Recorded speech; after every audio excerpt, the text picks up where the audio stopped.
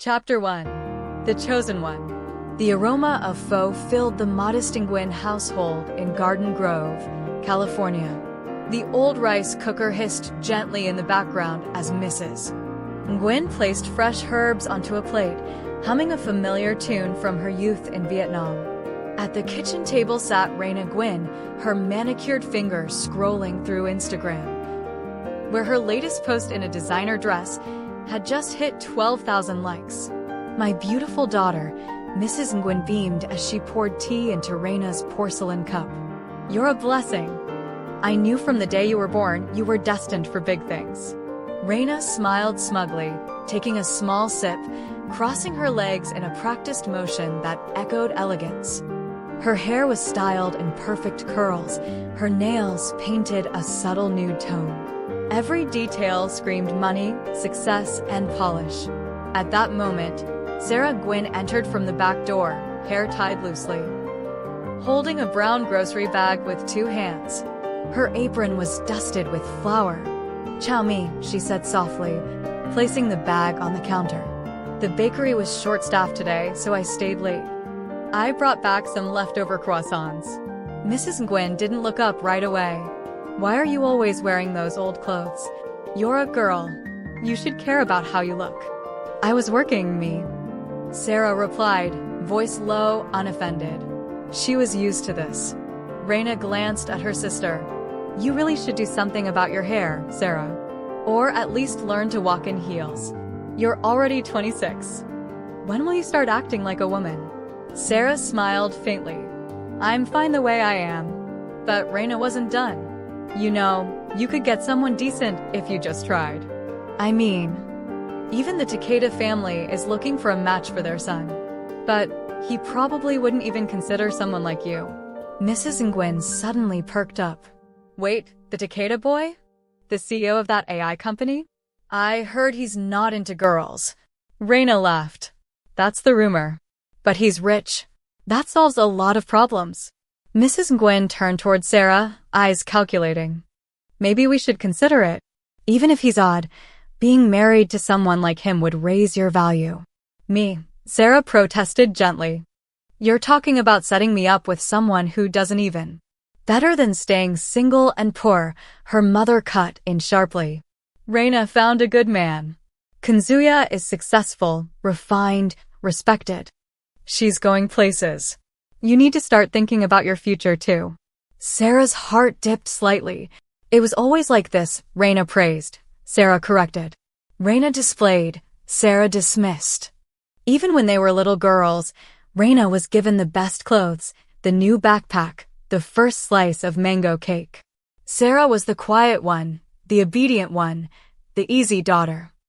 "I'm okay working at the bakery, me," Sera said softly. Mrs. Nguyen frowned. "Okay, you call that a future?" "Reina is collaborating with brands in Beverly Hills. She has options. You have croissants." The word stung, but Sera simply nodded and turned toward the sink to wash her hands. The cool water calmed her.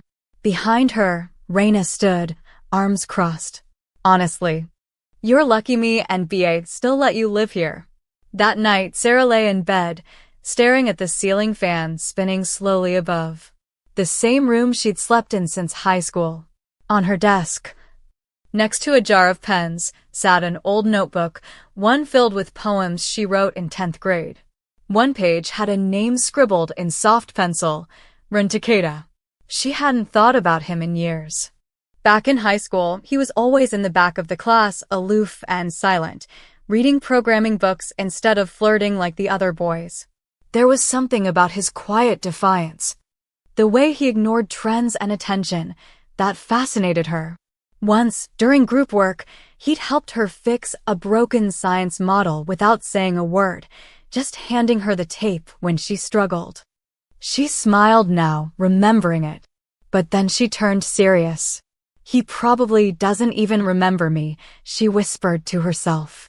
As sleep crept in, she wondered if maybe, just maybe, there was more waiting for her beyond this small house, beyond the bakery, beyond always being the second choice. And somewhere, just 50 miles north in Palo Alto, Ren Takeda was staring at his own screen, looking at an old class photo. His eyes paused on a girl in the second row, glasses too big for her face, holding a folded paper crane. And he remembered her name, Sera. Chapter 2. Her Dream Wedding. The Beverly Hills Hotel glowed under the golden California sun, its palm-lined driveway bustling with luxury cars, photographers, and a curious stream of influencers sneaking quick snaps.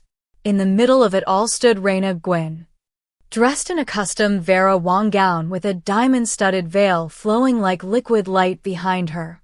Her smile was perfect, practiced, precise. Guests whispered in awe as she walked down the aisle on her father's arm, the sound of a string quartet weaving elegance through the garden air. "She looks like royalty," someone murmured. Sera sat quietly in the third row, wearing a pale lavender bridesmaid dress chosen by Reina herself. It wasn't her color, and Reina knew it. But Sera didn't mind. Her job today was to smile and keep her head down like always. As Reina and Kazuya exchanged vows under a massive floral arch, Sera watched, hands folded in her lap. Kazuya Morales, with his movie star jawline and charm-soaked voice, spoke confidently, his gaze fixed adoringly on Reina. His company, Morales Logistics, had made headlines for its rapid expansion in South America. His net worth was rumored to be over $8 million. "This is what success looks like," Mrs. Nguyen whispered, nudging her husband. "We raised a real diamond." "And Sera?" Mr. Nguyen muttered. "Only half joking. She's still playing with flour and spreadsheets." Sera heard. She always did. When it was time for photos, Reina stood center with her new husband, flanked by rows of relatives and friends. The lighting crew adjusted reflectors. The drone hovered above. Every click of the camera was another highlight for Reina's Instagram feed. Another moment curated for admiration. "Stand right there, Sera," Reina called, motioning vaguely to the far left of the group. "No, more left. A bit more." "Perfect," Sera obliged, quietly inching toward the edge of the frame. Later that evening, the reception began in the grand ballroom. Crystal chandeliers shimmered, and servers moved like clockwork with champagne flutes and tiny hors d'oeuvres. A live band played jazz near the velvet stage where the couple would soon share their first dance. Reina floated from table to table, basking in compliments. "You're glowing." "He's such a catch." "You hit the jackpot," Reina replied with practiced humility. "I'm lucky," she said, again and again, though she truly believed she deserved every bit of it. At table 9, Sera sat with 2 distant cousins and a florist from Little Saigon who had helped with the arrangements. She picked at her salad, her stomach tight from more than just nerves. "Your sister really landed a prince, huh?" the florist said with a chuckle. "She did," Sera replied politely. "Any luck in your love life?" Another cousin chimed in. "You're next, right?" "I'm not in a rush." The cousin snorted. "You're already 26. Sera smiled thinly. "That's still young." But inside, her thoughts were not about age or weddings. They drifted, unexpectedly, back to the boy in her high school physics class who never spoke unless it mattered. The one who once handed her a folded crane during a pop quiz and said, quietly, "You're not like the others." She'd forgotten about that moment until now. Just before dessert, Reina stood on stage with the microphone. "Tonight, I want to thank my amazing parents for raising me into the woman I am. And my sweet little sister, Sera, stand up." Sera froze. "Come on. Don't be shy." Sera slowly rose, cheeks flushing. "My sister might not be into designer gowns and hashtags, but she has the kindest heart. She'll make a good wife someday." "To someone who doesn't mind flour on their shirts." Laughter echoed across the room. Sera sat down quietly as her smile faded behind her glass of water. Meanwhile, in Palo Alto, Ren Takeda was walking alone across the rooftop garden of his tech building, sipping a cold canned coffee. His assistant had mentioned, almost jokingly, "Mr. Takeda, your mother says she's arranged a new matchmaking dinner for you."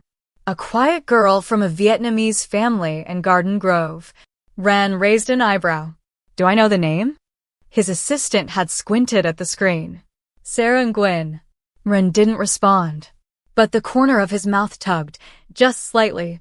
Chapter 3. A Quiet Matchmaking. Garden Grove's favorite pho restaurant, Pho Melody, had closed off a small VIP room for the occasion. The Nguyen family sat anxiously at a corner table, Mrs. Nguyen nervously adjusting her silk scarf every few seconds while Mr. Nguyen tapped his fingers on the laminated menu. "Remember, Sera," her mother whispered, "don't speak too much. Smile. Be gentle. Men like modesty." Sera nodded silently, smoothing the wrinkles on her modest navy dress, chosen carefully to look presentable, not flashy. Her long hair was pulled into a low bun, a style she didn't usually wear. But Reina insisted on it this morning.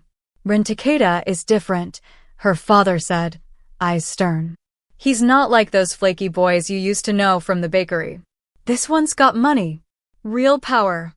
You don't get second chances with men like that." Sera remained quiet.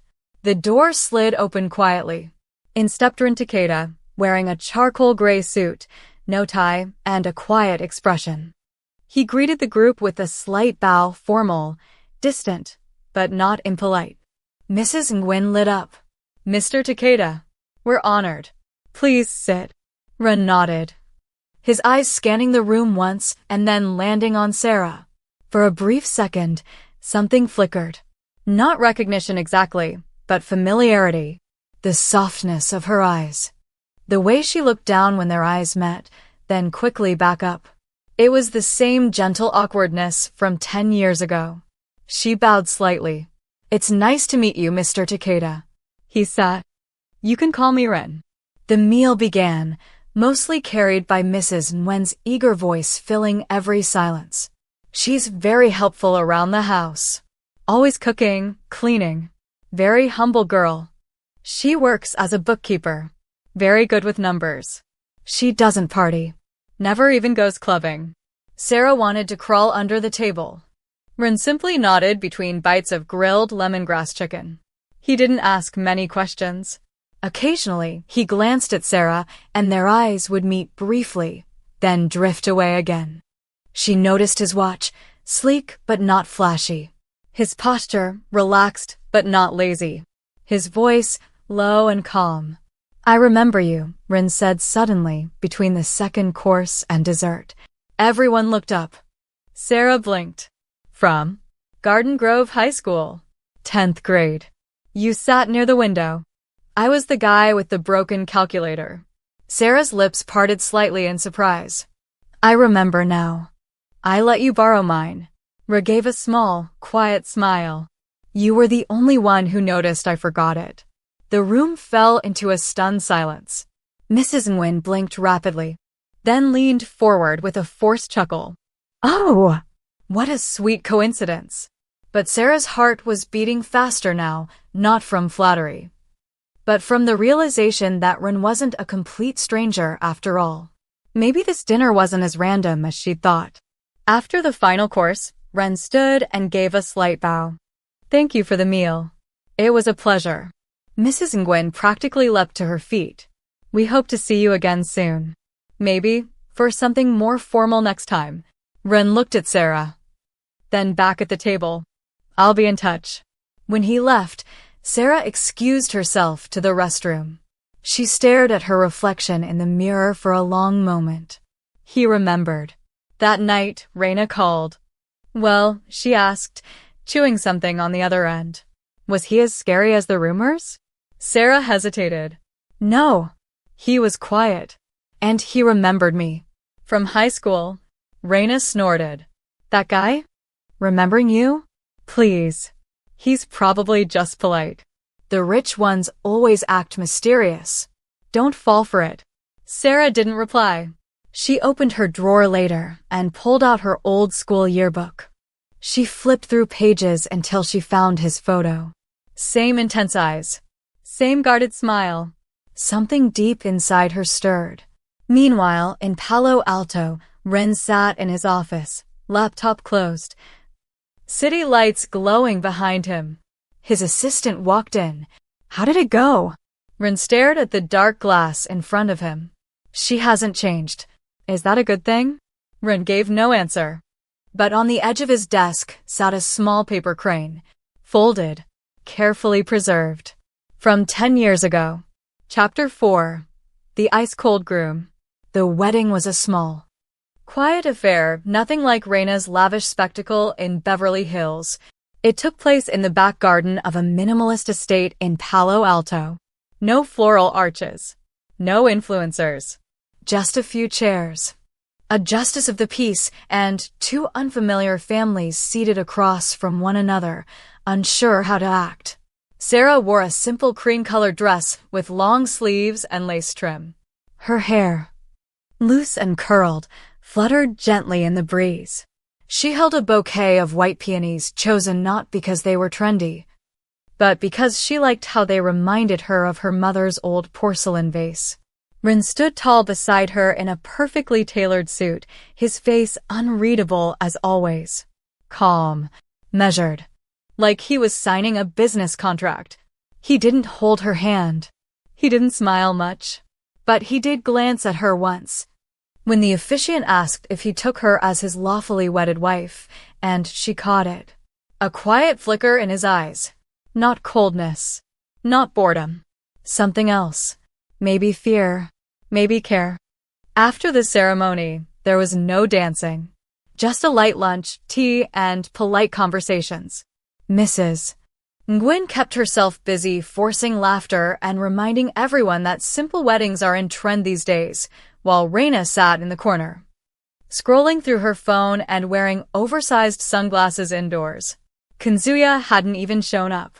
As the afternoon sun began to dip, Ren approached Sera, who was quietly helping a caterer gather empty plates. You don't have to do that, he said.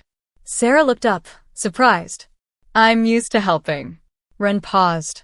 There's a driver waiting. He'll take you to the house. You're not coming? I'll arrive later. There's something I need to finish at the office. She hesitated. Okay. Ren turned to leave, then paused. The house is yours. Explore. Make it comfortable. He walked away without waiting for a reply. The car was silent. Leather seats. Chilled bottled water. Soft jazz playing from hidden speakers. Sera stared out the window as they passed through tree-lined neighborhoods, tech campuses, and coffee shops full of engineers tapping away on laptops. Palo Alto was another world compared to her quiet corner of Garden Grove. The driver finally pulled into a gated driveway. The house was modern, a mix of glass, wood, and stone. Too big for one person. Too quiet for a family. She stepped inside and was greeted by the smell of new paint and expensive wood polish. Everything was immaculate. Too immaculate. There were no photos. No bookshelves. No personal items. Just perfect design. In the master bedroom, a note lay on the bed. I'll be back late. There's food in the fridge. Ren. Sera changed into comfortable clothes and wandered the house barefoot, her fingers grazing marble counters and brushed metal fixtures. In the kitchen, she found a cabinet filled with labeled teas, jasmine, matcha, Jamaica, and a rice cooker that still had warm rice inside. Someone had made sure she'd feel taken care of. Later that night, Sera sat on the edge of the bed, her suitcase still unopened. She stared at the moon through the floor-to-ceiling windows. The silence was deep, unnerving, and heavy. When Ren returned after midnight, he didn't knock. The bedroom door opened gently, and he entered, briefcase in hand, his tie slightly loosened. Sera sat up. You're back. He nodded. Long meeting. They stared at each other for a beat. Do you want to shower first? She asked, unsure what to say. I'll sleep in the study, he said. I don't want to make you uncomfortable. Sera opened her mouth to protest, then closed it. Okay, she said instead. Good night, Ren. He gave a slight nod before closing the door behind him. The next few days passed in a strange rhythm. They ate breakfast together in silence, green tea and toast. They texted politely when needed about grocery lists or schedules. He left early, returned late, and rarely spoke unless it was necessary. But Sera began to notice things. A bowl of strawberries always placed in the fridge, her favorite. A quiet jazz playlist echoing from the speakers she never turned on. Fresh flowers in the hallway. Changed every Monday. And one evening, when she left the stove on by accident, Ren returned to find her crying in the kitchen, panicked. He didn't scold her. He just turned off the stove, took her shaking hands in his, and said, "You're not alone anymore." Then he left the room. Back in her room that night, Sera wrote in her journal, "He doesn't speak much, but when he does, I believe him." Chapter 5, A Sister's Visit. It had only been 2 weeks since the quiet wedding, and already, Sera's new life felt like a strange dream. The house in Palo Alto remained spotless. The fridge was always stocked. The mail arrived on time. Ren was never unkind, but also never close. He existed like the gentle hum of a machine in another room, present, reliable, but emotionally distant. Until the weekend Reina decided to visit. The call came on a Thursday evening. "Hey, little sis," Reina chirped. "I'm heading up to San Francisco for a brand collab shoot. Thought I'd swing by and see your new, whatever you call it, life." Sera hesitated. "You want to come to the house?" "Of course. I want to see how the Ice King lives. I'll be there Saturday afternoon." Then came the click. Reina never waited for a yes. Saturday arrived with a sharp knock on the front door and a trail of expensive perfume that wafted in before Reina even stepped across the threshold. "Oh wow," she said dramatically. Stepping inside in a crisp white jumpsuit, oversized sunglasses perched in her hair. "This place is cold." Sera offered a small smile. "It's modern." "It's sterile," Reina corrected. "Like an airport lounge with better lighting." She wandered through the living room, heels tapping on the polished wood floor, eyeing the minimalist decor like it was a math problem she wasn't interested in solving. "No photos? No paintings? Not even a dog?" "We haven't lived here long," Sera said simply. Reina turned. Eyebrow raised. "We?" "Ren and I." "Oh, right. Your mysterious, emotionally unavailable tech genius. Is he even real? Or just an AI he coded to send you tea and rice?" Sera looked down. "He's different." Reina dropped onto the leather couch and crossed her legs. "Well, I suppose that's your type. Quiet. Forgettable." The words stung more than Sera wanted to admit, but she didn't flinch. "I'll make us something to drink," she said calmly. In the kitchen, she prepared matcha, whisked by hand. Just how Ren liked it, and poured it into ceramic cups she had chosen last week from a local crafts market. When she returned to the living room, Reina was inspecting the bookshelf. "You read finance books now?" "Some of them are Ren's." Reina smirked. "How domestic." Sera handed her the tea and sat opposite. Silence lingered. Then Reina leaned forward. "Be honest with me," she said. "You don't really think this guy likes you, right?" Sera blinked. "Why would you say that?" "Because guys like him don't marry girls like you unless it's arranged or strategic. You're sweet, sure, but you're plain." The words cut like glass. Sera kept her voice steady. "Maybe he sees something you don't." Reina laughed. "He must be a great actor then. But hey, if you're happy playing house in his museum, good for you." She set down the tea untouched and stood. "I've got a dinner reservation in the city. Thanks for the vibe check." And just like that, she was gone. That night, Sera sat at the kitchen table long after the lights were off. She wasn't angry. Just hollow. She thought of her childhood. Of watching Reina shine at family parties while she served drinks. Of being the second plate, the backup plan. Of people who always assumed quiet meant weak. A sound interrupted her thoughts, the front door clicking open. Ren stepped in, coat in hand, eyes tired from another long day. He paused when he saw her. "You're still up?" Sera nodded. "My sister came by." He noticed the untouched second cup of matcha on the table and said nothing. After a moment, he walked over and sat across from her. "She said some things," Sera admitted quietly. "Things I've heard before." Ren looked at her, then reached into his coat pocket and slid a folded paper across the table. "What's this?" she asked. He said nothing. Sera unfolded it. It was a photograph. A class photo. Garden Grove High. 10th grade. She saw herself in the back row, awkward, small. And Ren, standing 3 students away, eyes slightly turned toward her. He had circled her face, gently, and written one word below it. Only. Only. Only what? Only one who noticed?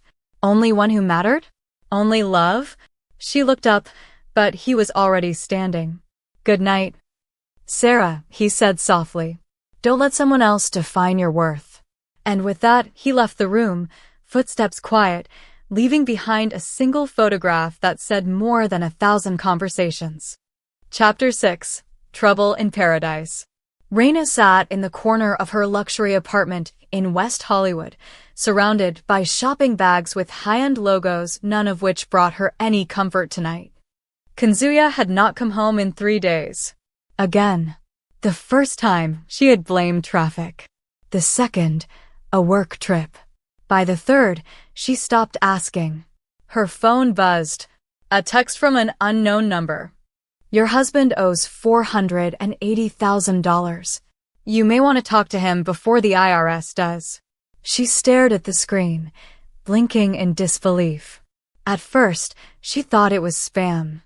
Then another text came through, this time with a PDF attachment, a scanned letter from a debt collection agency.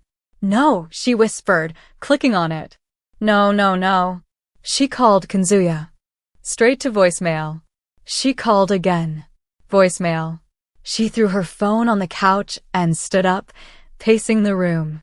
The designer furniture, the gleaming marble counters, the stupid coffee table book she bought to look cultured, they suddenly felt like hollow props in a show she was no longer cast in. She had told everyone they were thriving. She had posted vacation pictures with fake captions like business and pleasure, knowing full well the business class seats were comped from a brand deal.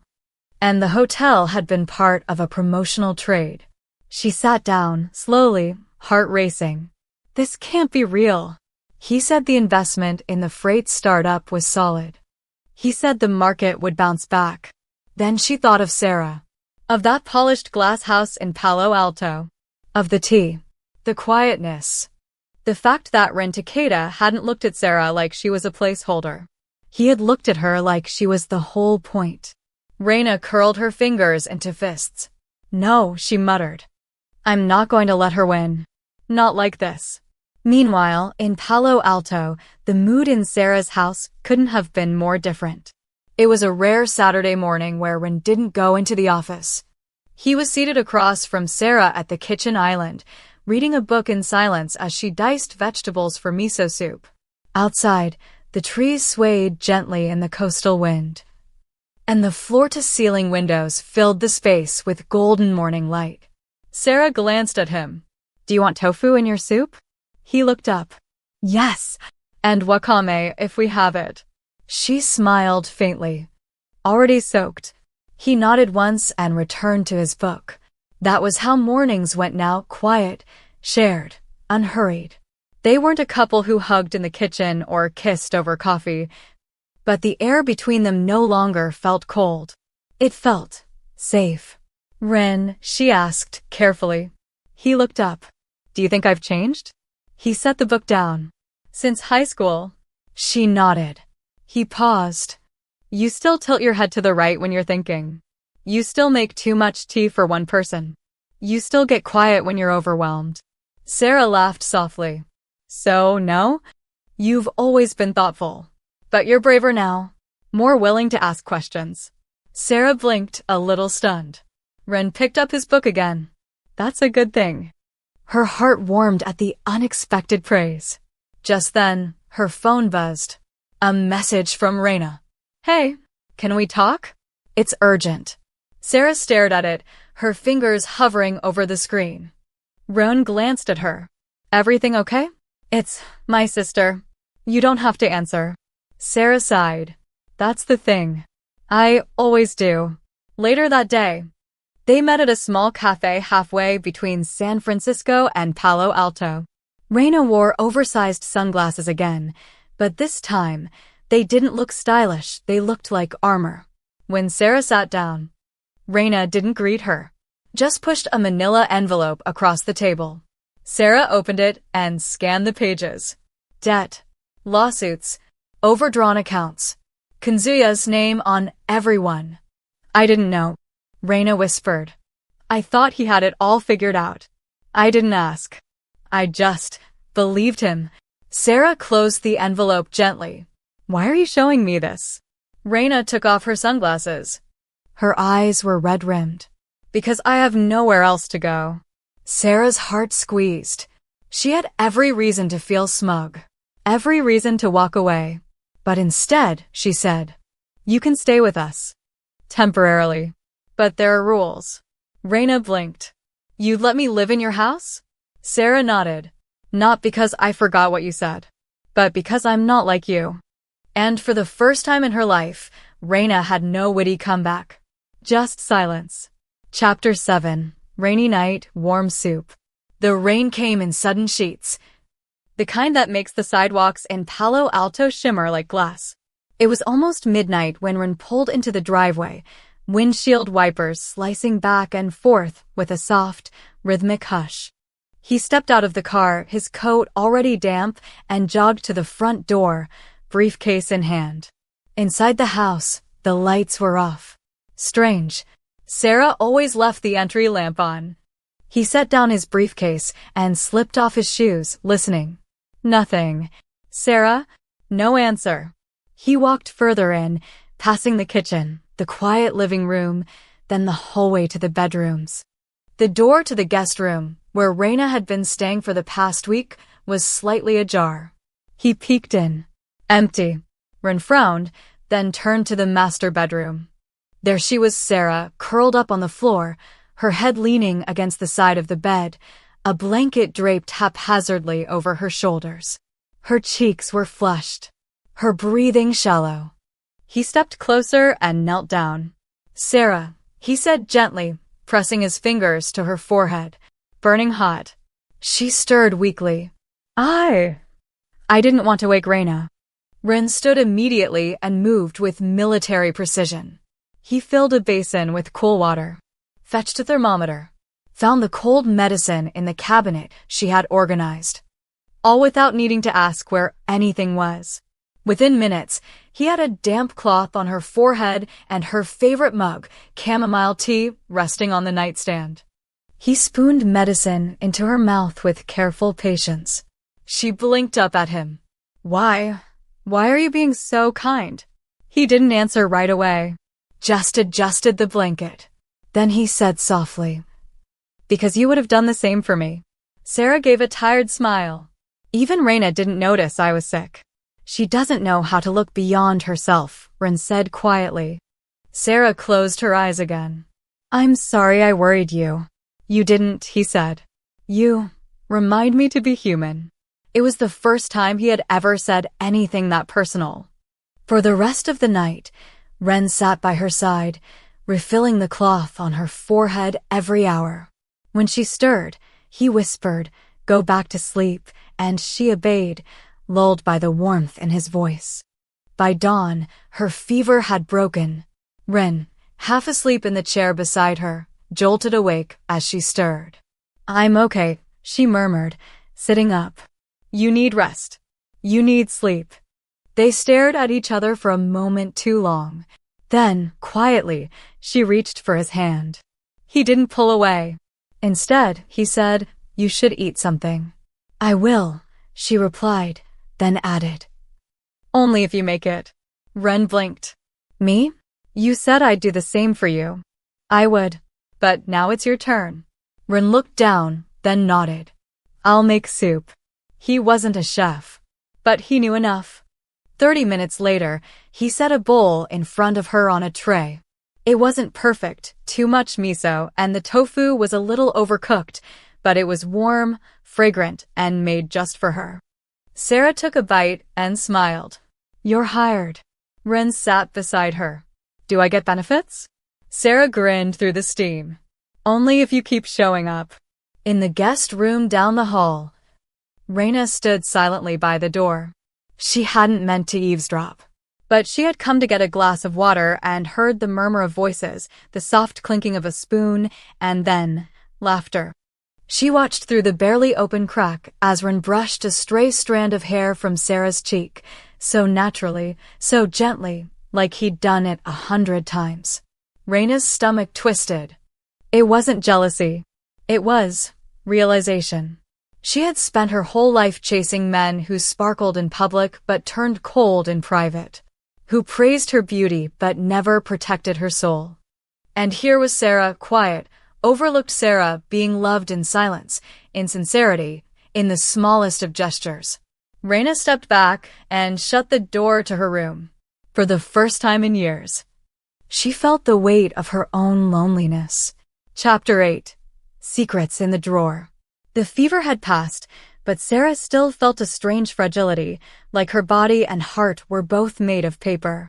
Ren had returned to his routine of early mornings and late nights, but something had changed between them. There was a quiet familiarity now, like a song only they could hear. They didn't say more. They didn't need to. One afternoon, while folding laundry in the bedroom, Sera opened the second drawer of Ren's nightstand to tuck away a pair of socks that had fallen from the hamper. And that's when she saw it.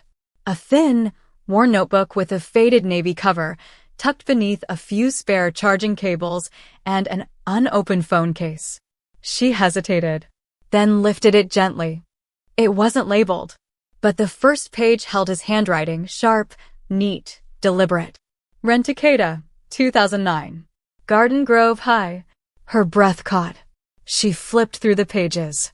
Class schedules. Notes about computer science projects. Doodles of algorithms and random bits of code. Nothing unusual until halfway through the notebook. There, between 2 pages filled with JavaScript scribbles, was a folded paper crane, flattened gently between the sheets. And under it, her name. Sera Nguyen. Likes chamomile tea. Sits by the window. Tucks hair behind left ear when nervous. She stared at it. Heart thudding. There were more. She laughed when the paper crane I gave her broke. Said, "It's okay. I'll make one that lasts." Math teacher called her average. She cried in the hallway when no one saw. I wish I were brave enough to talk to her. Page after page. Observations. Fragments. Silent memories. She closed the notebook slowly, holding it against her chest.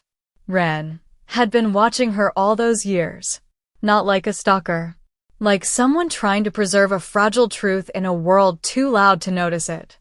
Someone who saw her long before anyone else did. That evening, when Ren returned home, Sera met him in the kitchen with tea already steeping. He paused when he saw her holding the notebook. She held it out. I found it, she said softly. He didn't flinch, just nodded. You kept all of this? Ren looked down. I didn't know why. I just couldn't throw it away. Sera bit her lip. Why didn't you ever tell me? Back then, I thought you deserved someone better. Someone bolder. Then life happened.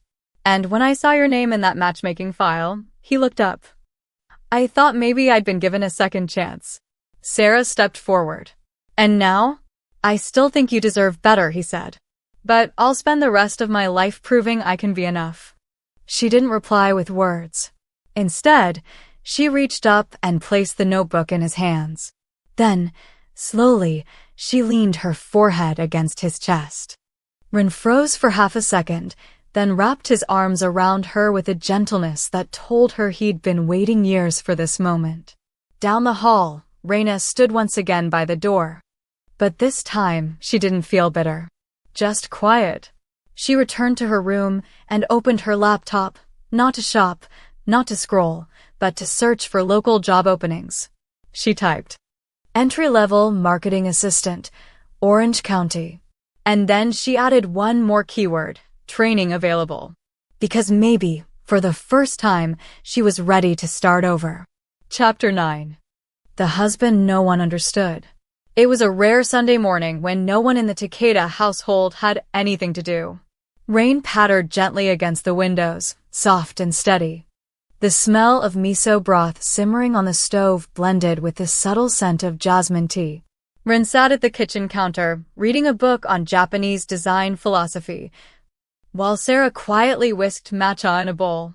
Reina, still in her pajamas, wandered in from the guest room, rubbing her eyes. "Is this what a normal home feels like?" she asked, only half mocking.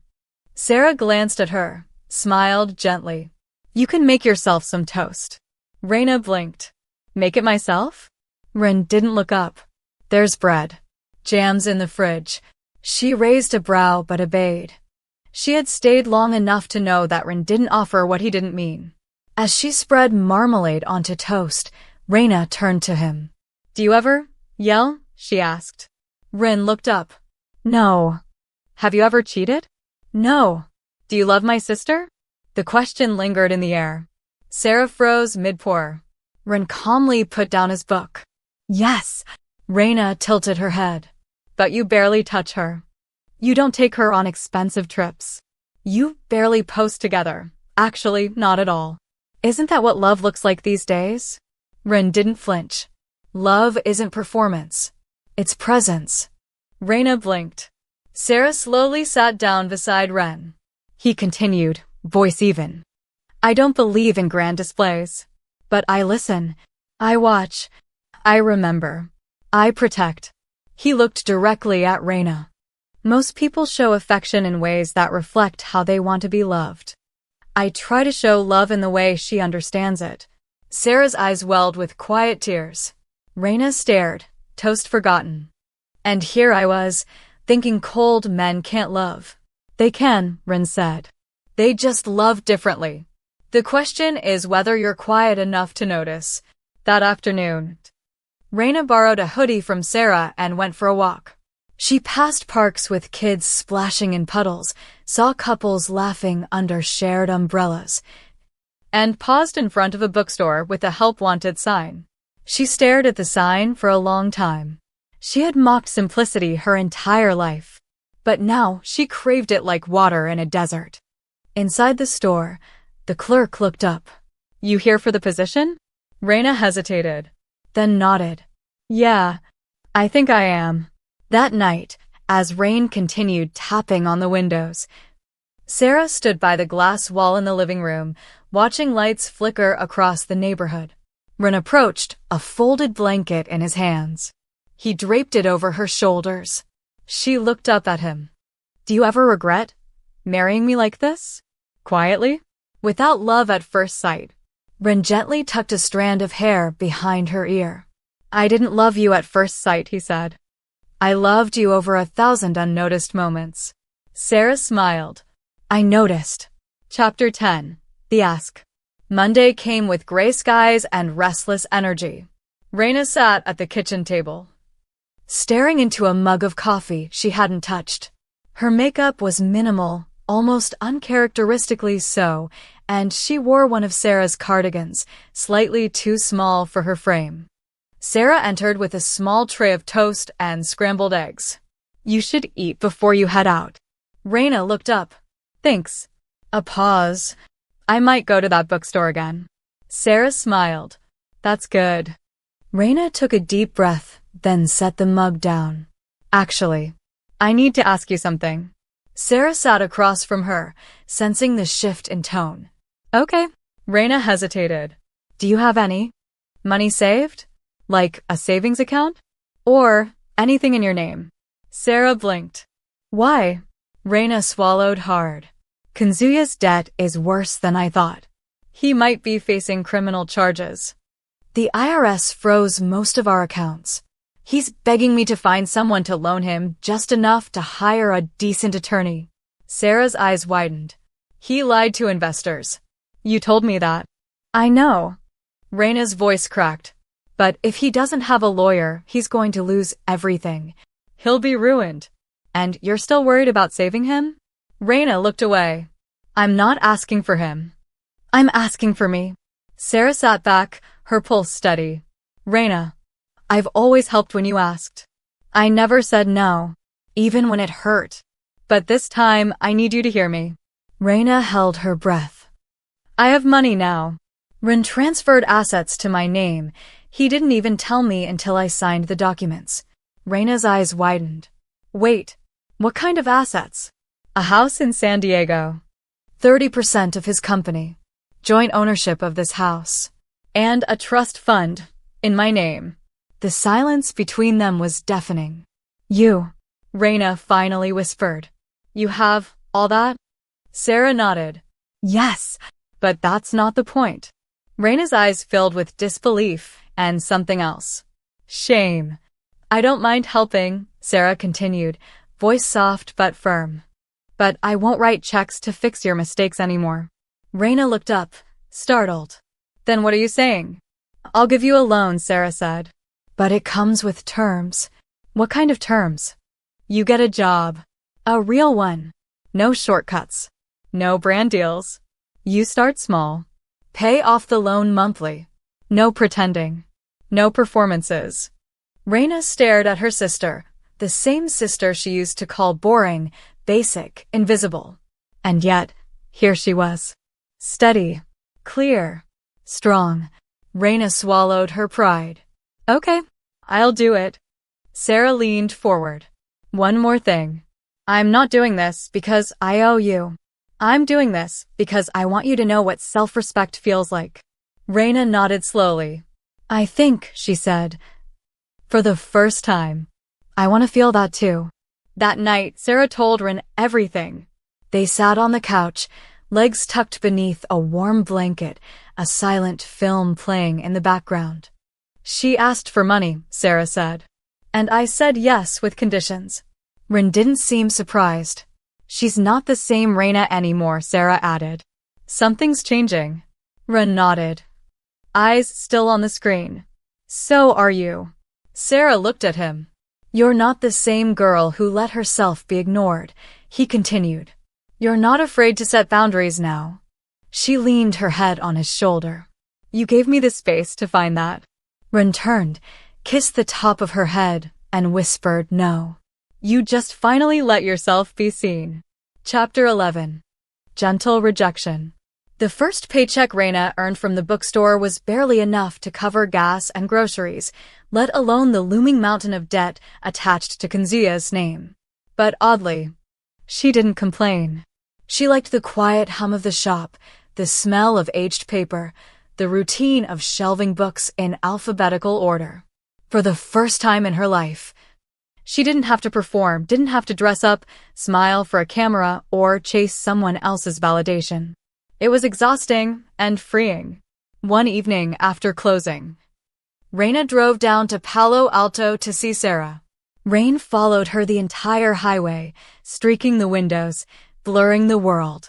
When she arrived, Sera greeted her at the door with warm towels and ginger tea.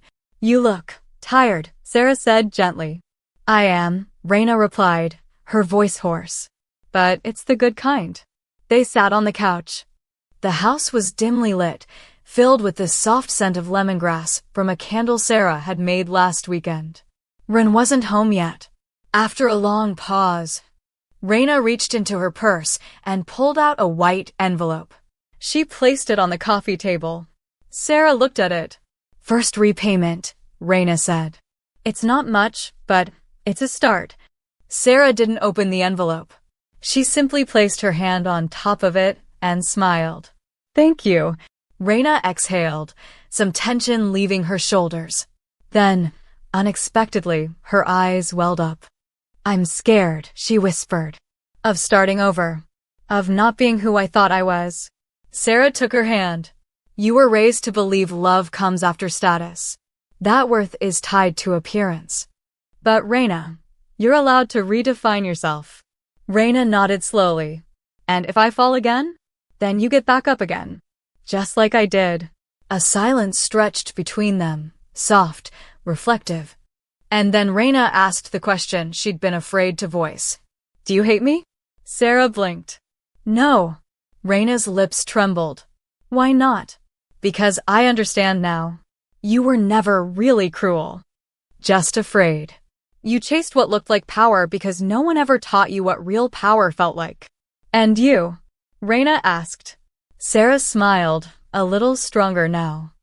I learned that real power is saying no without guilt, loving without conditions, and walking away when love becomes a performance.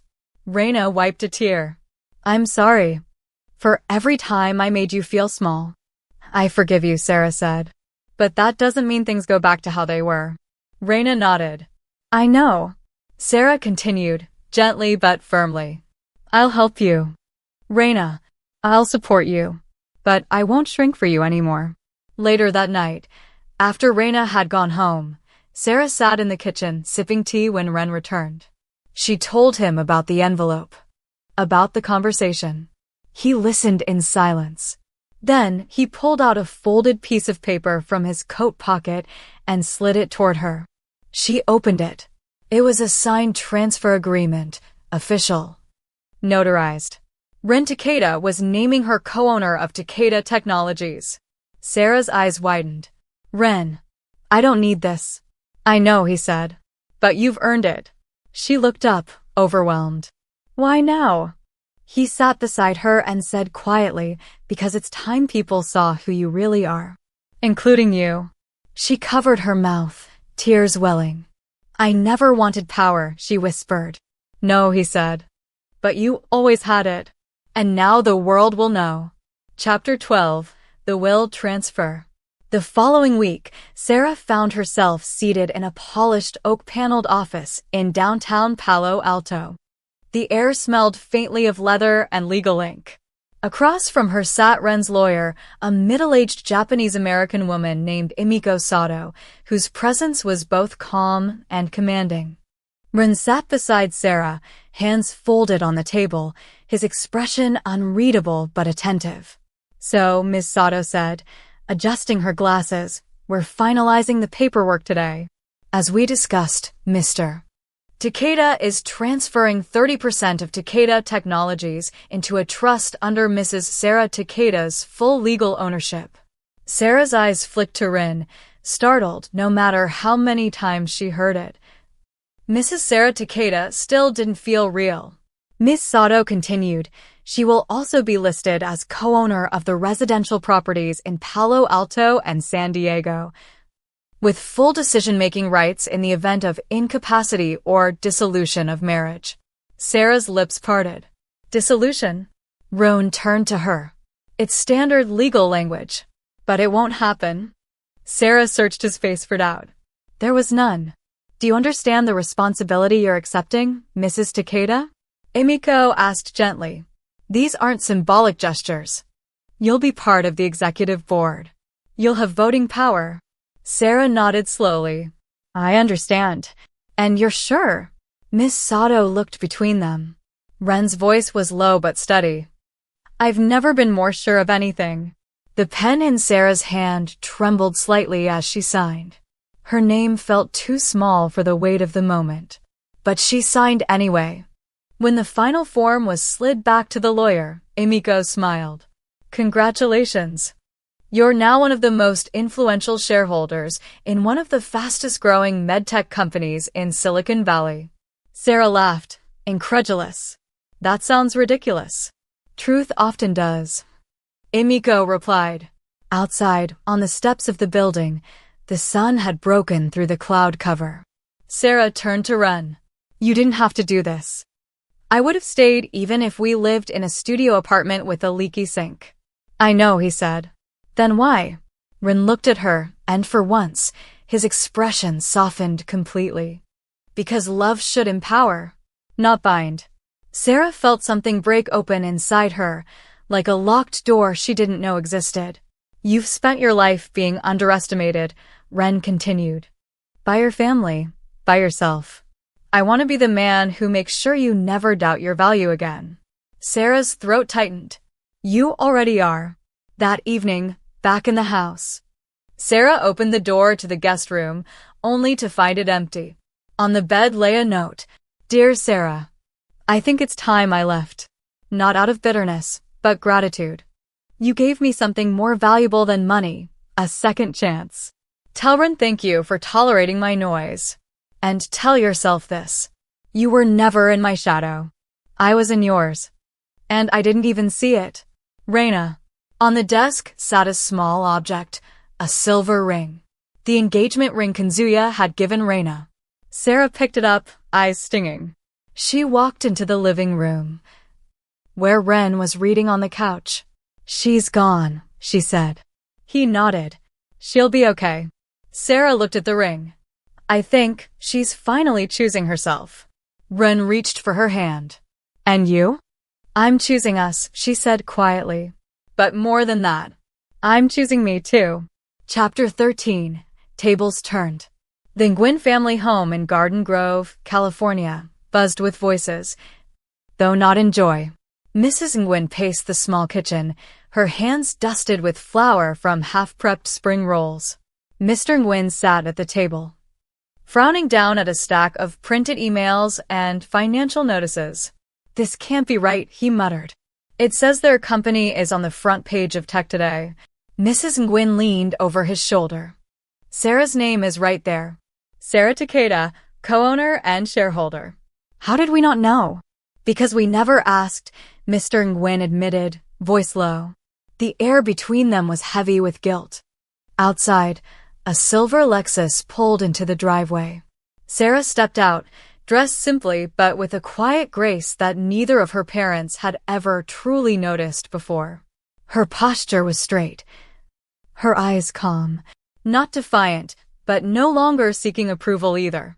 Ren stepped out beside her in a gray sweater and slacks, casual but elegant. He carried a small gift bag. Mrs. Nguyen opened the door before they knocked. Sera, she breathed. You didn't tell us you were coming. I didn't think I needed to, Sera replied gently. Mrs. Nguyen's smile faltered. Inside, the air was awkward. The once familiar house now felt unfamiliar to Sera, smaller, dimmer, like a chapter she had already closed. Mr. Nguyen cleared his throat. We saw your name in the papers. The company. The assets. Sera gave a small nod. You're doing well. I am, she said simply. Ren handed the gift bag across the table. For you. A few teas from Kyoto. Sera thought you'd like the roasted barley one. Mrs. Nguyen accepted it with trembling hands. Thank you, son. I mean, Ren. A long pause followed. Then Mrs. Nguyen said, voice almost too soft. We didn't treat you fairly. Sera didn't respond immediately. Mr. Nguyen added, we thought we were protecting you. That Reina had the better future. We were wrong. Sera's eyes were warm, but steady. I understand now. But understanding doesn't mean I can pretend it didn't hurt. Mrs. Nguyen's eyes glistened. Can you forgive us? Sera reached for her tea. I already have. But things won't be the same, Mr. Nguyen said quietly. No, Sera agreed. They won't. And that's okay. Mrs. Nguyen wiped her eyes. You turned out stronger than I ever imagined. Sera looked at her mother, something bittersweet passing through her. I always was. You just didn't see it. That evening, as they drove back to Palo Alto, Ren glanced over at Sera in the passenger seat. How are you feeling? Sera leaned her head back against the seat, exhaling slowly. Free. Ren smiled faintly. You didn't have to go. I did. Sera replied. Not for them. For me. Ren reached over, briefly taking her hand in his. No one would believe, he said, that the quietest girl in the room ended up commanding board meetings, signing investment deals, and healing her own family. Sera chuckled. I wouldn't have believed it either. She looked out the window, watching the city lights blur into gold and white lines. But I'm not that girl anymore. Chapter 14. Parents' Guilt. The Nguyen house had never been so quiet. The next morning, Mr. Nguyen sat alone at the kitchen table, a cup of black coffee untouched before him. The ticking of the wall clock echoed in the stillness. Across the table, Mrs. Nguyen stirred a bowl of chow, but her hands trembled slightly. "She's changed," Mr. Nguyen finally said. Mrs. Nguyen didn't look up. "No, she hasn't. We just never gave her the space to show us who she was." Mr. Nguyen sighed deeply, running a hand through his graying hair. "All those years, we pushed her to be more like Reina. We thought silence meant weakness. We didn't see how strong she already was." "I feel ashamed, Mrs. Nguyen whispered. "She came home with nothing but kindness. And I couldn't even meet her eyes. She forgave us." "Yes, but not fully." She finally looked up. "You saw it too, didn't you?" The way she speaks now. Clear. Calm. Like someone who no longer needs our approval. Mr. Nguyen nodded. "And maybe that's what hurts most." In Palo Alto, Sera stood in front of the small garden in the backyard, a simple patch of herbs, some lemon balm, basil, and lavender she had planted weeks ago. The air was fresh, the early sun casting soft golden streaks across the fence. Ren stepped outside, 2 mugs of tea in hand. "I didn't think you'd be up this early," he said. "Couldn't sleep," she replied. "Too many thoughts." He handed her a mug and stood beside her. They watched the wind move through the leaves in silence. "I saw them," she said softly. The regret in their eyes. The realization. Ren said nothing, just sipped his tea. "I think they're hurting more than I expected. Not because I've succeeded, but because they finally see how deeply they misunderstood me." Roan turned to her. "And how does that make you feel?" Sera thought about it for a long moment. "Strangely. I don't feel angry. Not anymore. Just distant. Like I've outgrown the version of me they always talked over." Ren nodded. "That's growth. That's healing." "But healing isn't a full circle, is it?" she said. "It's not about things going back to the way they were. It's about making peace with what can't be fixed." She turned to him. "I still love them. But I don't need their love to define me anymore." Ren met her eyes. "And that is exactly why they respect you now." Sera smiled faintly. "Is that why you respect me?" He reached out and gently brushed her hair behind her ear. "No," he said. "I respected you when you were still folding laundry in oversized sweatshirts and whispering your dreams into teacups." She laughed quietly. "You saw all that?" "I saw everything," Ren said. "Because I was paying attention when no one else was." Later that day, Sera received a package at the door. Inside was a framed photo, an old one from her childhood. She and Reina, barely 10 and 13, laughing together as they sat on a blanket at Huntington Beach. Behind the frame was a note, written in her mother's careful, looping handwriting. "You were always the light we didn't know how to hold. We don't expect to earn your closeness again, but we'll always leave the door open." Me. Sera set the frame on her nightstand, not at the center, just beside her favorite candle. And as the sun began to set, casting long golden rays through the window, she whispered to herself, "I forgive you. But I've already moved on." Chapter 15. A Childhood Dream. The small bakery on the corner of University Avenue in Palo Alto didn't stand out much. No flashy signage, no social media campaigns. Just a modest storefront with soft yellow curtains, the faint smell of cardamom and cinnamon wafting from within, and a wooden sign hand-painted in cursive. "Paper Cranes and Pastries" by Sera Takeda. It had taken months of planning. Not just business logistics, but courage. The kind of courage that came from finally believing that dreams, no matter how small, were worthy of pursuit. On opening day, Ren stood beside her at 6:45 a.m. as she adjusted trays of freshly baked matcha mochi muffins and honey butter croissants. "You nervous?" he asked, handing her a pair of tiny gold crane earrings he'd kept hidden in his pocket. Sera took them, eyes wide. "These are beautiful. You've always loved paper cranes," he said. "Now you make things that are just as delicate," and just as lasting. Sera smiled, then slipped them on. "I'm not nervous," she said after a moment. "I'm proud." By 7:15, the first customer had arrived, a young mother with 2 children in tow. Then came a tech worker still in his Patagonia vest. By 8 o'clock, there was a line. Some recognized Sera from the news articles on Takeda Technologies. Others came because the smell of fresh pastry in a fast-paced city was too nostalgic to resist. But most stayed because of the warmth and atmosphere that felt like something between a memory and a promise. At 9:30, Reina walked in. She was dressed simply, blue jeans, white blouse. Her hair pulled back in a ponytail. No designer bag. No dramatic entrance. Just a quiet smile and a small lavender bouquet in her hands. "For you," she said. Sera accepted it with a surprised but grateful nod. "You didn't have to." "I wanted to," Reina said. "I'm working at the bookstore full-time now. They promoted me to events coordinator. We're hosting a poetry night next month." Sera's eyes lit up. "That's amazing." Reina glanced around. "You built this." "I did," Sera replied. "And I never thought I would." Reina smiled. "I think we both surprised ourselves." Before she left, Reina paused at the door and turned back. "I know we're not the sisters we used to be, but maybe we can start something new. Slower, more honest." Sera nodded. "I'd like that." Later that evening, after the final customer left and the sun began to set, Ren walked in carrying a takeout bag and 2 bubble teas. "I figured you wouldn't have eaten all day," he said. "You figured right." They sat behind the counter on stools, shoes off, the air filled with quiet joy. "This place feels like you," Ren said, sipping his drink.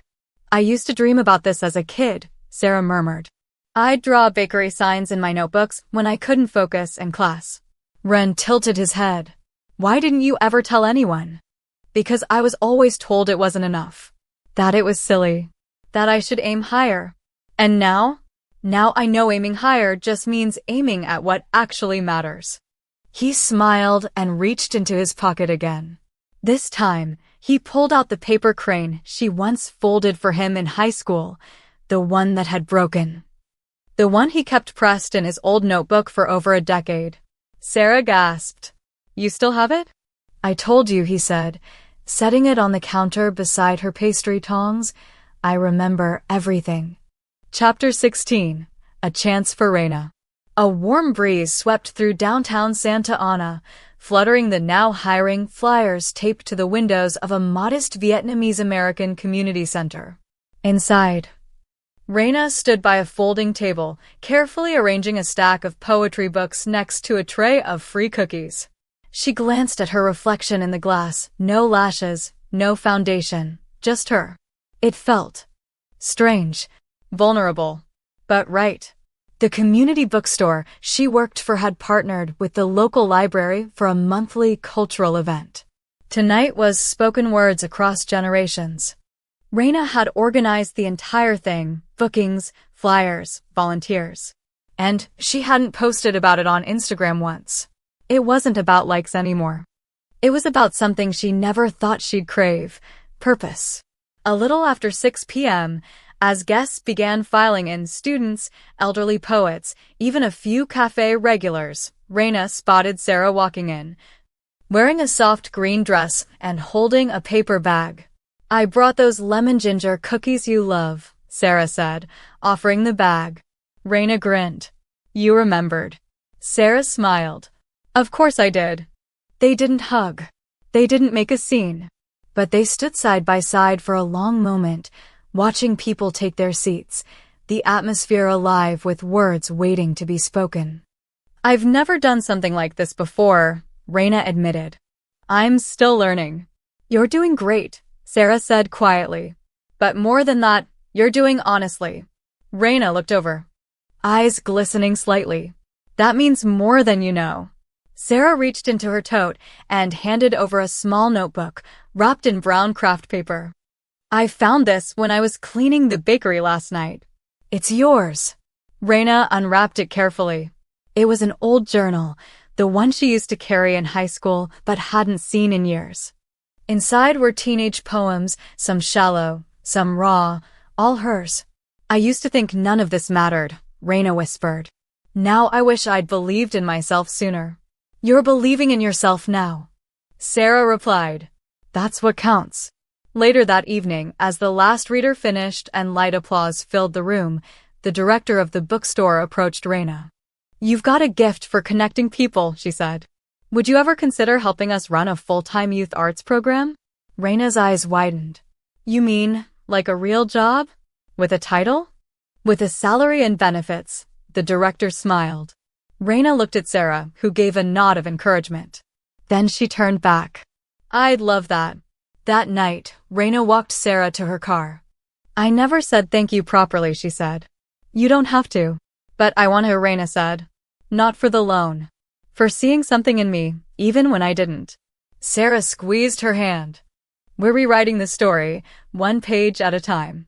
And this time, Reina said softly, I'm writing it for myself. Chapter 17.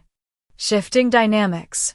Sunday dinners used to be loud affairs at the Nguyen house, Reina commanding the spotlight, Mrs. Nguyen hovering over the stove, and Sera sitting quietly, often forgotten. But this Sunday was different. It was Sera who walked into the kitchen with her sleeves rolled up, carrying a basket of fresh herbs from her backyard garden. It was Reina who followed behind her, humming as she peeled garlic cloves. And it was Mrs. Nguyen who sat at the table, watching both daughters with an expression she hadn't worn in years, quiet wonder. Did you ever imagine, she said softly, that the two of you would cook together? Sera glanced at Reina, who shrugged with a small smile. She's better with sauces. I'm better with plating. We make it work. Mrs. Nguyen stood, slowly making her way to the stove. You two remind me of me and my sister in Vietnam. We used to bicker so much. But in the end, we always found our way back. Reina looked down. I didn't think we would. For a long time, I didn't think I deserved to. Sera handed her a bunch of basil. Maybe we both just needed time. At dinner, Mr. Nguyen offered a toast, a rare gesture from a man who preferred nods over words. To second chances, he said, lifting his glass. And to daughters who teach their parents how to be better. The table went quiet for a moment. Then Sera raised her glass. To growth. Slow, hard, but real. Reina tapped her glass against hers. And to sisters, who are still figuring it out. But getting there. Laughter rippled around the table. The dynamics had shifted, but not in the explosive way people expect. There was no dramatic transformation. No perfect reconciliation. Just small gestures. Respect in place of control. Listening in place of lecturing. And space. Plenty of space for boundaries, for healing, for each person to be who they really were. After dinner, as the family sat on the patio with cups of lotus tea, Mr. Nguyen turned to Sera. I never told you this, he said, voice low, but when you were a little girl, you used to sit on the porch steps after school. You wouldn't come inside until your mother or I said your name. Sera blinked. I don't remember that. I do. You were waiting. Always waiting. For someone to see you. He looked down. I'm sorry we didn't. Not soon enough. Sera reached across the table and placed her hand on his. You're seeing me now, she said. That's enough. Later that night, back in Palo Alto, Ren found Sera in the garden, watering the basil in her pajamas. You're glowing, he said.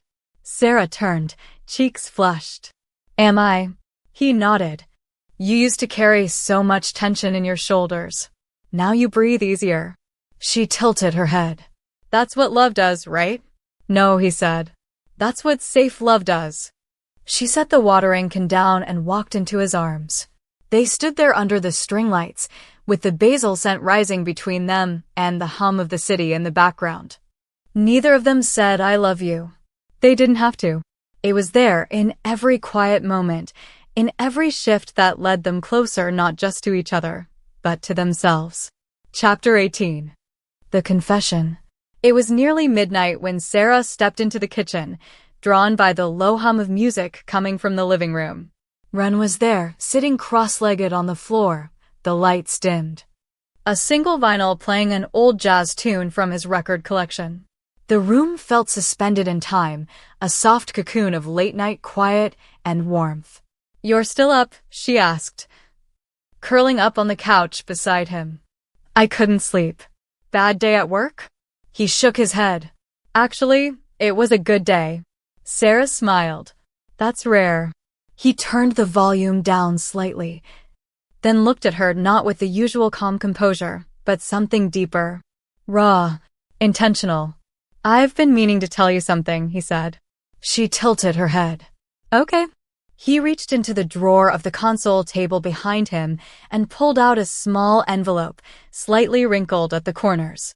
Sera's breath caught as she recognized the handwriting, hers. "Where did you get that?" Ren handed it to her. "I found it the year after graduation." "You must have dropped it in the science lab." She opened the envelope with trembling fingers. Inside was a folded letter, written in her high school handwriting. "Dear Ren, I know you probably don't think anyone notices you. But I do. I see how you help people when no one is looking. I see how you always sit near the back, but never miss a thing. I think you're the most interesting person in the whole school. But I'm too afraid to say it out loud. So I'm writing it instead. Just in case, someday, you want to know. Sera." Her hand trembled as she folded the letter again. "I don't even remember writing this," she whispered. "I do," Ren said. "I read it 100 times. Sera looked at him, eyes wide. "Why didn't you say anything?" He smiled faintly. "Because I was still figuring myself out. And you felt too bright for someone like me. I kept the letter to remind myself that someone saw me, that someone believed in me, before I believed in myself." She placed the letter gently on the coffee table. "Ren," she said softly. "I think we've been circling each other our entire lives." He nodded. "And now we're here." "I meant every word in that letter," she said. "I know," he replied. "So did I when I circled your face in the yearbook and wrote, 'Only.' You were the only one I ever wanted." A tear slipped down her cheek. She leaned in and kissed him, not out of impulse. Not because the mood was right, but because there was nothing left to hold back. It was a kiss sealed by 10 years of silence, 2 years of slow healing, and 1,000 invisible moments that led to now. When they pulled apart, he whispered against her forehead, "I loved you before I understood what love really meant." Sera closed her eyes. "And now?" He held her tighter. "Now I love you without fear." Chapter 19. The Framed Letter. A week later, Sera stood in the bakery alone, the sun just beginning to rise behind the foggy glass storefront. The scent of butter and sugar warmed the air as she carefully arranged a new display on the shelf by the register. But today's display wasn't a pastry. It was a picture frame. Inside the frame, mounted on soft ivory cardstock, was the very letter she had written to Ren back in high school, the one he had kept hidden for a decade, creased and red until the ink faded at the edges. Beneath it, in delicate gold lettering, was a small engraved plaque. "Love doesn't always arrive loudly. Sometimes it waits. Quietly. Patiently. Forever." The first customer who noticed it, a young woman with nervous eyes and chipped nail polish, asked, "Is that real?" Sera nodded. "Very." She didn't offer more.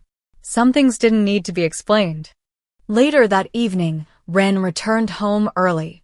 He found Sera sitting on the living room floor, surrounded by open cardboard boxes, old photo albums, and childhood mementos.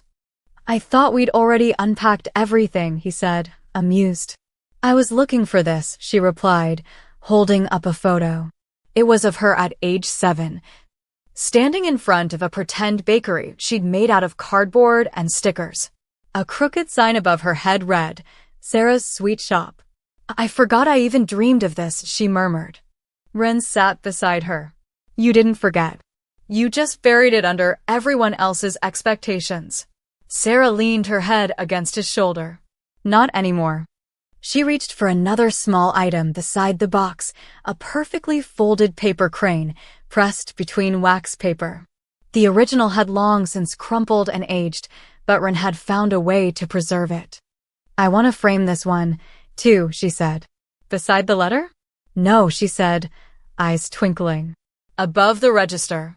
For the next quiet girl who walks in and wonders if she matters." Ren smiled. "You're going to change people's lives, Sera." She shook her head. "Not change. Remind. That's all I ever needed, someone to remind me that quiet doesn't mean small."